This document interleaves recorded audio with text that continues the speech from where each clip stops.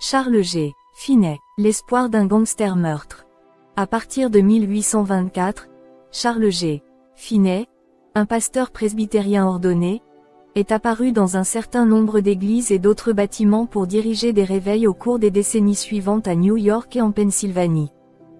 Prêchant 3 fois le dimanche et 3 fois de plus pendant la semaine dans les quartiers chauds de ces États, de grands réveils ont éclaté lorsque Finet a enseigné que le sang expiatoire de Jésus-Christ était tout ce qui était nécessaire pour ouvrir la voie à Dieu. Pardonner aux gens leurs péchés et ce n'est que par la repentance et l'acceptation du Christ dans son âme qu'on peut être sauvé de la damnation et des feux de l'enfer et être assuré d'une place au paradis. Une grande diminution de l'activité criminelle dans ces régions était uniquement attribuée à sa prédication de l'Évangile et à la conduite de milliers de pécheurs à Christ. Je dirigeais un réveil à Détroit. Un soir, alors que je commençais à entrer dans l'église, un homme s'est approché de moi et m'a dit « Êtes-vous monsieur Finet ? Oui. Je me demande si tu vas me rendre un service. Quand tu auras fini ce soir, tu rentreras à la maison avec moi et me parleras de mon âme. Avec plaisir. Attendez-moi. » Après être entré dans l'église, un diacre l'a rapidement tiré sur le côté et lui a demandé « Que voulait cet homme, frère Finet ?»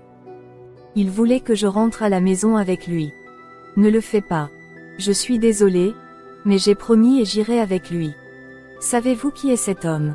Finet a dit non. Le diacre a dit, n'ayez rien à voir avec lui. La rumeur dit qu'il est le responsable de tous les jeux de hasard, de la drogue, de la prostitution et des meurtres dans cette ville. C'est vraiment un méchant homme. N'ayez rien à voir avec lui. Finet a déclaré qu'il avait donné sa parole de le rencontrer après le service et qu'il devait tenir parole pour voir ce qu'il voulait, et il est entré dans l'église. Après le service, cet homme attendait Finet sur le pas de la porte du bâtiment. Finet l'a salué et l'homme a dit « J'aimerais parler en privé avec vous. Pouvez-vous venir à mon bureau ?» Finet a dit oui et a commencé à le suivre. Ils marchèrent quelques pâtés de maison, puis tournèrent soudainement dans une ruelle sombre, avant d'arriver à une porte qui menait vers une petite pièce de la cave. Dans la pièce, il n'y avait qu'un vieux bureau et une chaise. Alors que l'homme s'asseyait, regardant Finet, il dit « Savez-vous qui je suis ?» Et Finet a répondu « Oui. » Ensuite, l'homme a lentement fouillé le tiroir de son bureau et en a sorti une arme à feu, l'a posée sur le bureau et a dit « Je n'ai pas l'intention de vous faire du mal », a-t-il déclaré. « Je veux juste vous poser quelques questions. Vouliez-vous dire ce que vous avez dit dans votre sermon d'hier soir? » Qu'est-ce que j'ai dit? J'ai oublié. Vous avez dit « Le sang de Jésus-Christ nous purifie de tout péché. » Oui, Dieu le dit. L'homme a dit « Frère Finet, vous voyez cette arme. Elle a tué 4 personnes. C'est la mienne. 2 d'entre elles ont été tuées par moi, 2 d'entre elles par mon barman lors d'une bagarre dans mon bar. Y a-t-il de l'espoir pour un homme comme moi? J'ai dit « Le sang de Jésus-Christ nous purifie de tout péché. » L'homme répondit « Au fond de cette cloison se trouve mon bar. Je le possède, tout ce qu'il contient. Nous vendons toutes sortes d'alcool à tous ceux qui viennent. Très souvent, j'ai retiré le dernier dollar de la poche d'un homme, laissant sa famille souffrir de la faim. Plusieurs fois, des mères ont amené leur bébé ici et m'ont supplié de ne plus vendre d'alcool à leur mari, mais je les ai chassés et j'ai continué à vendre de l'alcool. Y a-t-il un espoir pour un homme comme moi? J'ai dit, Dieu dit, le sang de Jésus-Christ, son Fils, nous purifie de tout péché. Une autre question, frère Finet. Au fond de cette autre cloison, il y a un établissement de jeu et il est aussi tordu que le péché et Satan. Il n'y a pas une roue descente dans tout cet endroit. Tout est chargé et tordu. Un homme peut quitter le bar avec un peu d'argent, mais nous le récupérons là-bas. Des hommes sont sortis de là pour se suicider alors que leur argent, et peut-être leur fonds en fiducie, avaient tous disparu. Y a-t-il un espoir pour un homme comme moi? J'ai dit, Dieu dit, le sang de Jésus-Christ, son Fils, nous purifie de tout péché. Encore une question et je vous laisse partir. Lorsque vous sortez de cette ruelle, vous tournez à droite et vous verrez une maison en pierre brune. C'est ma maison, j'en suis propriétaire.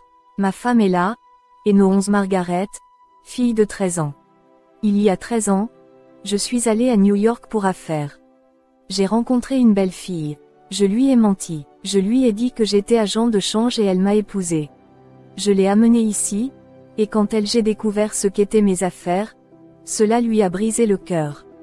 Je suis rentré ivre à la maison, je l'ai battu, maltraité, je l'ai enfermé dehors, j'ai rendu sa vie plus misérable que celle de n'importe quelle bête brute.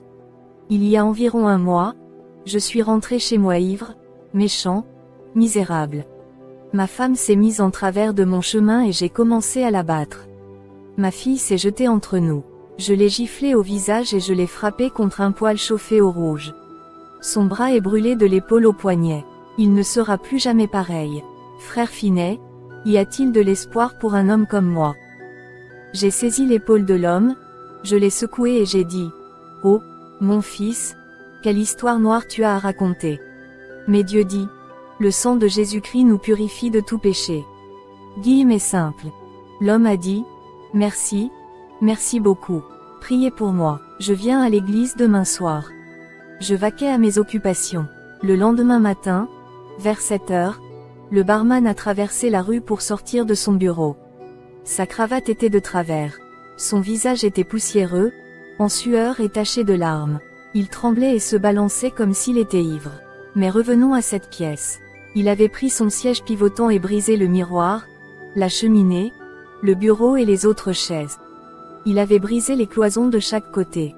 Chaque bouteille, tonneau et miroir de bar de ce salon ont été brisés et brisés.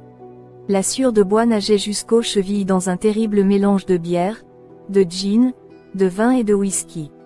Dans l'établissement de jeux de hasard, les tables étaient brisées, les dés et les cartes fumaient dans la cheminée.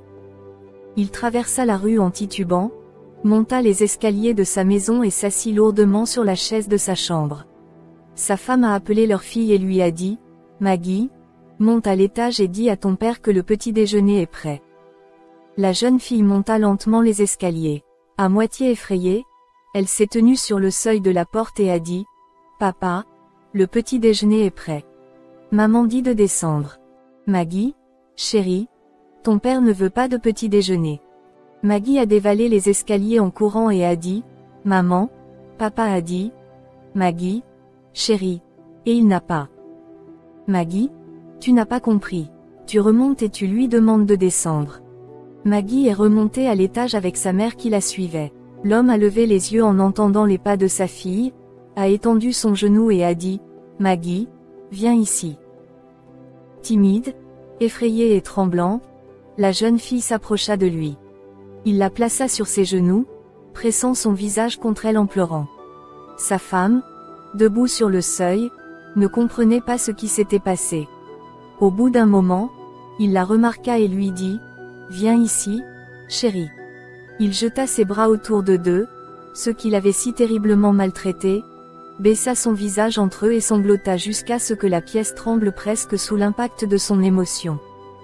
Après quelques instants, il se contrôla, leva les yeux vers leur visage et dit, « Vous n'avez plus besoin d'avoir peur de moi. Dieu a fait de moi un nouvel homme. Un nouveau mari et un nouveau père sont rentrés à la maison aujourd'hui. » Cette nuit-là, ils marchèrent tous les trois dans l'allée de l'église et donnèrent leur cœur au Seigneur. Après cela, c'était toujours un privilège d'entrer dans cette maison, où le Christ occupait désormais une place d'honneur dans chaque cœur. Le Fils éternel a revêtu la chair et le sang et est mort pour nous laver de nos péchés dans son propre sang expiatoire afin que nous puissions avoir une nouvelle relation et une communion intime avec Christ et être destinés au ciel.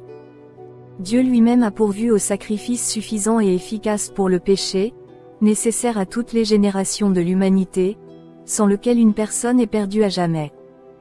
1 Jean 1:9 Si nous confessons nos péchés, il est fidèle et juste pour nous les pardonner et pour nous purifier de toute injustice. Hébreux 7h25 C'est pourquoi il peut aussi sauver parfaitement ceux qui s'approchent de Dieu par lui, puisqu'il est toujours vivant pour intercéder en leur faveur. Par conséquent, ayez foi en Dieu. Shalom, shalom mes bien-aimés, soyez richement bénis, que la grâce de Dieu soit avec vous. Je suis votre frère Israël de la chaîne Jésus Seul Médiateur TV. Maintenant, je vous informe à partir d'aujourd'hui que, à compter de maintenant, que nous allons changer le nom de la chaîne. Voilà, elle a passé de Jésus Seul Médiateur TV à Église Baptiste Ciel de Gloire. Donc quand vous allez voir Ciel de Gloire, ne soyez pas étonnés, c'est toujours votre frère Israël qui gère toujours la chaîne, qui gère toujours la même chaîne Jésus Seul Médiateur TV. Voilà, seulement que c'est le nom qui change. Le nom qui change, nous allons prendre maintenant le nom du ministère pour mettre sur la chaîne. Selon que le Seigneur nous a permis, nous l'a demandé, nous l'a mis à cœur. Voilà, donc soyez richement bénis. Vous allez voir à chaque fois Ciel de gloire, Ciel de gloire, Ciel de gloire, Ciel de gloire, Ciel de gloire, Ciel de gloire. Parce que notre but, c'est de conduire les âmes au ciel. Notre but, c'est d'envoyer les âmes au ciel. Nous avons pour la vision d'envoyer les âmes au ciel. La vision de propager la gloire de Dieu par toutes sortes de miracles, des prodiges, des signes. Donc, ciel de gloire. Le ciel de gloire. Notre but, c'est qu'un jour, nous soyons au ciel de la gloire du grand Dieu. Donc, soyez richement bénis. Donc, Jésus seul médiateur laisse la place à l'église Baptiste Ciel de Gloire. Donc, je suis très content. Donc, c'était ce petit message-là que j'ai voulu vous donner.